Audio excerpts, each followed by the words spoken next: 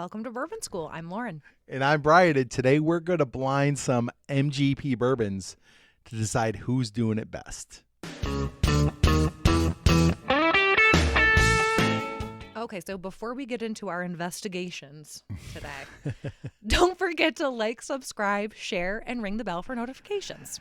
All right. So MGP is Midwest Grain Products, and they provide a lot of bourbon to a lot of companies. Boy, do they. Yes. Boy, do they. Yeah. If you see on a bottle that it's distilled in Indiana, You know. it's probably That's where MGP. the corn's at. Yeah, right, right.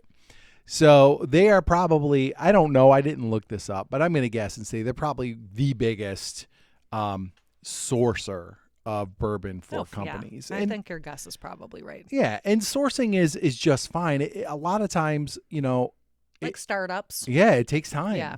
You've got to let that bourbon, if you've got your own stuff, it's got to age. So in the meantime, you've got to start selling some bourbon. Right. So a lot of companies will source. A lot of celebrity bourbons. Yes. Brothers Bond that we did is an MGP. So there's a lot of brands out there besides these four here. Redemption, you've seen Redemption on the shelf. They're MGP. Nulu, which we don't see a lot around here. Oh, I haven't seen that. A lot of people like Nulu. Okay. But that's an MGP product. So there's a lot of products that are MGP sourced bourbons. And so what we kind of decided to do today is get some MGP bourbons that are all kind of around the same age and proof point and see which one we like best, because really when you're all sourcing from the same place, you only need to buy one. Right. But and it comes down to who's blending it best. Right. Like who is doing the best job of taking that bourbon, blending it. Yes. Yeah. So we've got a bunch of bottles here that are all MGP bourbons. So let's start down there. What do you got down there? Okay, so down here we've got Doc Swinson's, which I know is a favorite of yours. Blender's Cut. Yeah, it's aged 5 years. It is 115 proof. Okay. So, and it's in, of course, the wine bottle. Yeah. So we'll see how this one factors in. Now, you haven't is this a replacement bottle? That's a right replacement. Here? Yeah. I see. Okay. I've killed a couple of those. I bet. They're delicious. All right. Next up, we've got Penelope, which is one of my favorites. And this one is 113.9 proof. Okay. It's got corn, rye, wheat, malted barley. So it's a grain, 4 grain. And that one's at least 4 years, barrel they say. Strength. So, yeah. All right. And down here, we've got Stellum. This Stellum is 114.98 proof. And Stellum is, have you seen barrel bourbon, like that little ovally bottle? Yeah, yeah. This is them. So Barrel also sources from MGP, but we picked Stellum because that's a pretty affordable bottle. Some of the barrel bottles get a little high in price, up towards $80, $90, $100. So Stellum is nice. It's $50. And actually, as far as price point, $50, $65, $50, and then our last one, the Smooth Ambler Old Scout, and this is also a $50 bottle, and this is actually a store pick. This is from Premier up in Orchard Park, which is north of us, south of Buffalo. 114 proof and aged 5 years. So we kind of tried to find bottles that were similar in age, similar in proof. They may have different mash bills, but they are all similar proof, similar age MGP bourbons. So, and I mean, looking down the line at the color, they all look identical. They really do. I was noticing that before we started. I was looking at them. Wow, like, you cannot tell them apart. So I hope, producer, you did a good job of documenting these, because there's no way we'll be able to tell otherwise. Not at all. So we're going to go through and test these. So again, obviously we know what the bourbons are, but we don't know which is which, and we're going to pick out our favorites. And you said beforehand that you think you are going to pick Penelope. Yes, Penelope is a favorite of ours. And I think I am going to pick the Doc Swinson's, because I think without a doubt it is the best MGP bourbon I have had thus far. All right. Yeah, right? Oh, it's pressure, sir, to pick the right one. All right, so let's get into it. Let's start on our left. Yes. Okay. I have a feeling they're all going to smell and they all look the same, and it's going to come down to taste here. Well, that's delicious. Yeah. That's really good. Sweet. It does. You get a little bit of the corn, like the youth. It's got a little hint of youthfulness in it, but that is super good. Yeah, it's good. I'm getting a little bit of bitterness too, but not in a bad way, in a balanced way. Right. And that is, it's funny because we will talk sometimes about like, oh, this is bitter in a bad way. But there is a hint of bitterness you want to, like you said, it has to balance it out. Yeah. So no, but I like that's a nice one. That's a good one. Get a nice little burn in the back too, and all the way down the Kentucky hug, the Indiana hug. We'll say. All right, I'm going to number 2. Okay. This one, I will say, well, I was gonna say it looked darker, but actually, when I sit back, it really doesn't. No, they really are. They really are very similar. Yeah. All right.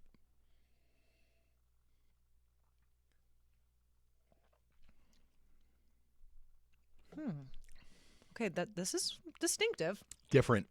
I was maybe thinking we were going to get really all similar products here, but this one has some flavor in it you might expect from a rye. Like it might not as be sweet high rye. as our first one. It's definitely not as sweet. It almost has that bullet kind of funk on it too. Yeah, I don't love that one. I really preferred the first one to the second one, but it wasn't bad, but different. Okay. All right, number 3.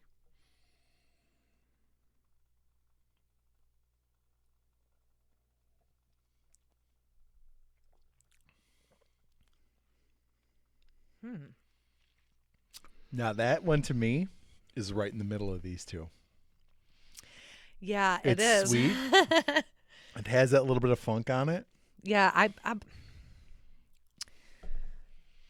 it's got more funk than I would like, though. Yeah. Yeah, I don't know. It's a little bit. I don't like the finish on that. It's one funny as well. to me that these two definitely give you that like wild turkey or like bullet kind of funk that you get. Oh, and these two are to me very similar. Yes. This is 3 is slightly better. Slightly sweeter, I think. And this one's so totally different. That first one. Yeah, the first so one, sweet. very different. Okay. So we've got 2 kind of the same. All right, number 4. Number 4.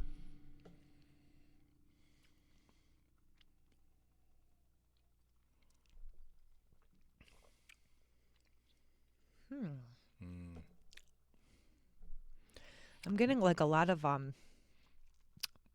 a barley flavor to it. It's not real strong. No, tasting. you're right. That one tastes like the weakest of the 4 to me. Yeah. It's not. It doesn't have a real bourbon-y flavor to it. And it doesn't have a long finish either. Like, it's gone. Yeah, I'm not getting any of that burn. I'm that's not pretty getting weak. anything lingering. That one's kind of weak to me. Oh, geez. Now I'm confused. Oh, boy. Well, and I will say, like, in full disclosure, I don't think that there are tremendous differences between these two. I think 4 is the most different from the other 3. I think 1's a little sweeter, and 2 and 3 are very similar to each other. They're all pretty similar. Yeah. I mean, as a group. Yes. We're not seeing huge distinction here. All right, we're back. We have taken the time to rank and also guess which is which. We both have high hopes for the number 1 spot because we picked the same sample. But we think they're different ones. We think they're different ones. So we did do this separately, but we both ranked them the same way. So we went 1, 3, 2, 4. And Brian did accuse me at one point of looking at his list. Of copying me. Of saying we were in a den of lies down here in the Poser. basement. Yeah. Okay. If only I could be as knowledgeable as you, Brian. Oh, God, please. Someday. No. Okay. No, that's a low bar. It's a low bar. Okay, so we both picked number 4 to be the lowest. And let's just say this. I don't think any of these were terrible. No, none of them were bad. In fact, fact, all perfectly fine. They were all pretty consistently similar tasting, too. There is a very small margin of difference between these 4 bottles. Mm-hmm. For sure. Although I will say, I think our top pick stood out a little bit. I agree. But nothing's like mind blowing here. It's all pretty consistent. Yes, agreed. Yeah. What did you pick? What did you think number 4 was? I put Stellum. Okay, I put the Smooth Ambler. And Well, it is? What was number 4? Number 4? Doc Swinson. Plot twist. Oh. You broke my heart, Oh, my Doc. God. What? Wait, I got to taste this again. You know what, though? You're standing by it. I'm standing by it because this one, and I said at the beginning of this video, Doc Swinson's, I think, is making the best MGP, but when we put it in this lineup, it doesn't finish this has well. happened before. Yes, With but stuff. I just tasted it again. It's got a bitter aftertaste. yes, there's bitterness, and it just doesn't linger very long. It's not got a very good finish. Yeah. That is shocking to me that is Doc Swinson's, because I thought that was my number 1. Okay, then we picked in 3rd place. We said number 2. Yeah, this one. Holmes Now number 2. I said number 2 was Stellum. What did you say number 2 was? Well, I'm wrong because I said it was Doc Swinson. Oh, Doc Swinson's. What was number 2? Smooth Ambler. Number 2 was the Smooth Ambler. Boy, we're really off mark today, Brian. We are off. Well, Wait, I in still have a fairness, chance these to are all redeem very myself. similar. So, Yeah. okay, so Smooth Ambler, that was the one that was kind of like had a little bit of funk. It was very, very different from number 1. It was probably the most, I think this was the most outlier of all of them as far as the flavor profile. Okay, so then we picked number 3 as our second.